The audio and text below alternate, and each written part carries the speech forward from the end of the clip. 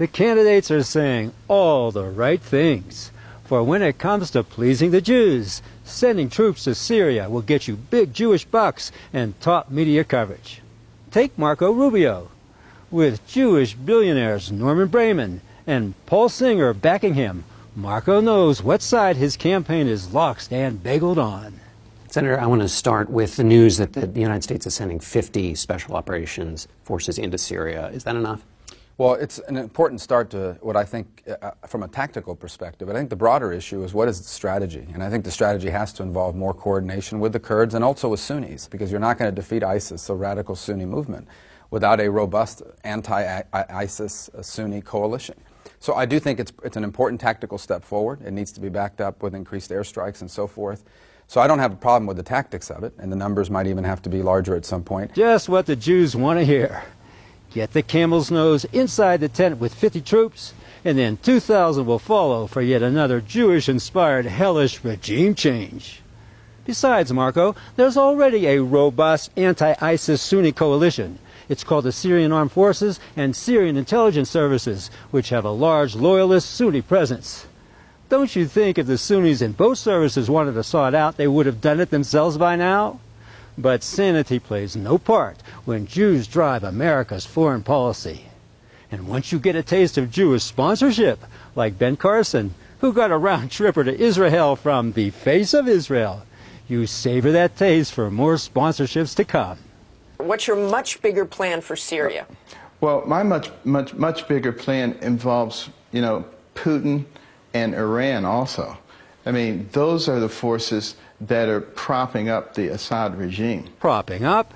You mean supporting the legitimate Syrian government, whose elected president happens to be Dr. Bashar al-Assad. And even though Putin came in there and said that he was going to fight ISIS, he's really fighting the anti-Assad forces. Excuse me, but Putin doesn't differentiate between good terrorists and bad terrorists.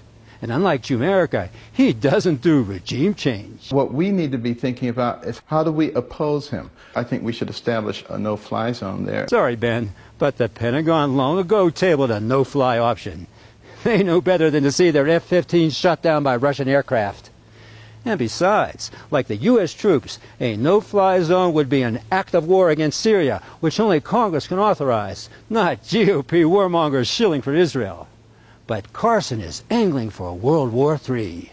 Let me ask you, you see what Vladimir Putin is doing, and his influence, he seems to be filling a vacuum. What are your thoughts, and how would you handle it? Well, I believe that we need to stand up to him. How? How would you specifically, if you're president, what would you do? Well, first of all, I wouldn't listen to his general saying, you guys can't fly here anymore. Can you imagine that? I would say, not only can we fly, but you need to go take a flying leap. Not a problem. In other words, you'd be willing to create a confrontation where you Absolutely. say... This is one dangerous man, itching for a showdown with Russia. For Russia is legally in Syria at the invitation of the government, whereas America has illegally invaded Syria's borders without its consent. How could this mild-mannered doctor have the heart of a warmongering monster? He doesn't. He gets his script from Edelman and Cohen's John Hay Initiative, a neocon foreign policy one-stop Jewish shop for Republican candidates. And drawing from the same polluted pool, Sheldon Adelson's man, Jeb Bush, has something to please the Jews too. We need to be part of the strategy to deal with taking Assad out and taking ISIS out. In that order, huh, Jeb? First get Assad out, and then ISIS is just an afterthought.